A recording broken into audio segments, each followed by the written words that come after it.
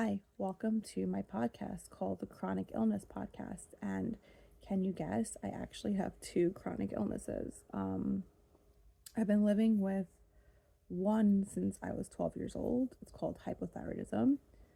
And then the second one I've been living with for almost 2.5 years from a brain injury, and it is called functional neurological disorder. And it comes with a lot of judgment. Um,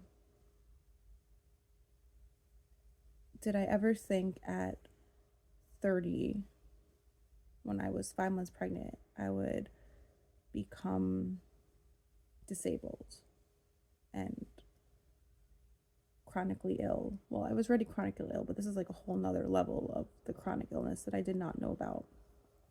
Um, but did I ever think at 30 that I would become disabled?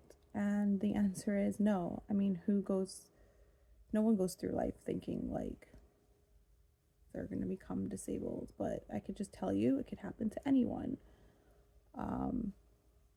living through this experience, that anything can happen at any time and you are not in control. This is what it's taught me.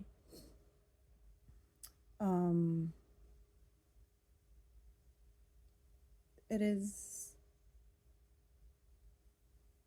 something that I don't wish on anybody, even my worst enemy. It is lonely, even if you have a spouse, kids, friends. It is lonely. It is frustrating. It is depressing. Comes with its challenges on a daily. People are jealous of you because you get to stay home all day, every day, which I just find absurd, that you're jealous of someone who has no control over their body, over their life anymore. And the fact that you can say this to someone is like beyond, like, I'm so jealous you get to stay in your bed all day. Like, honey, it's not fun. It's not fun, and I don't recommend it. I wish I can be out like I used to,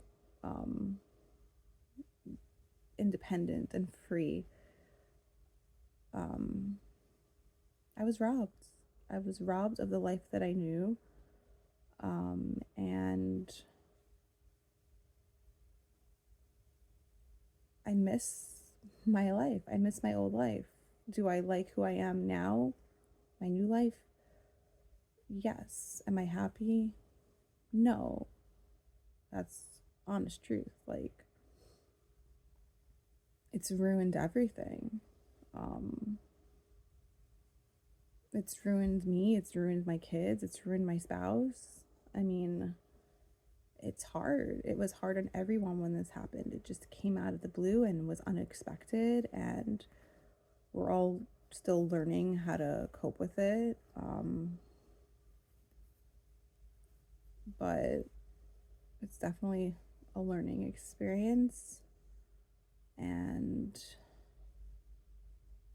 yeah, like last night I went to an event and the speaker said something that really like stuck with me. She said that when someone's going through something like a hard time and you reach out to that person and you say like, oh, how are you, do you need anything, like when you say those words, and I can speak from experience, my head starts spinning like, oh my god, like what could they help with, like there's so many things. What you should really say is, I have extra dinner, do you want? Or I'm driving in this direction, do you need anything? Or do you have a way for your kids to get home from school or to go places? But to say the words like, do you need anything? It's just not the right words to say, because, yeah, we need lots, and I don't think you're ready for that. Yeah. This podcast is going to have a lot of ups and downs, and crying and laughing, and guests. I actually made one with my first guest, but it didn't come out the way we wanted it to because I am not an expert. So we are redoing it. And with a chronic illness life, it is very hard to find the time that works because you don't know if you're going to be going through a flare up. How many spoons do you have left for the podcast? In my case, I have 3 kids, so do I have the energy at the end of the day? No, but we are going to redo it, because it was amazing and you're going to enjoy it.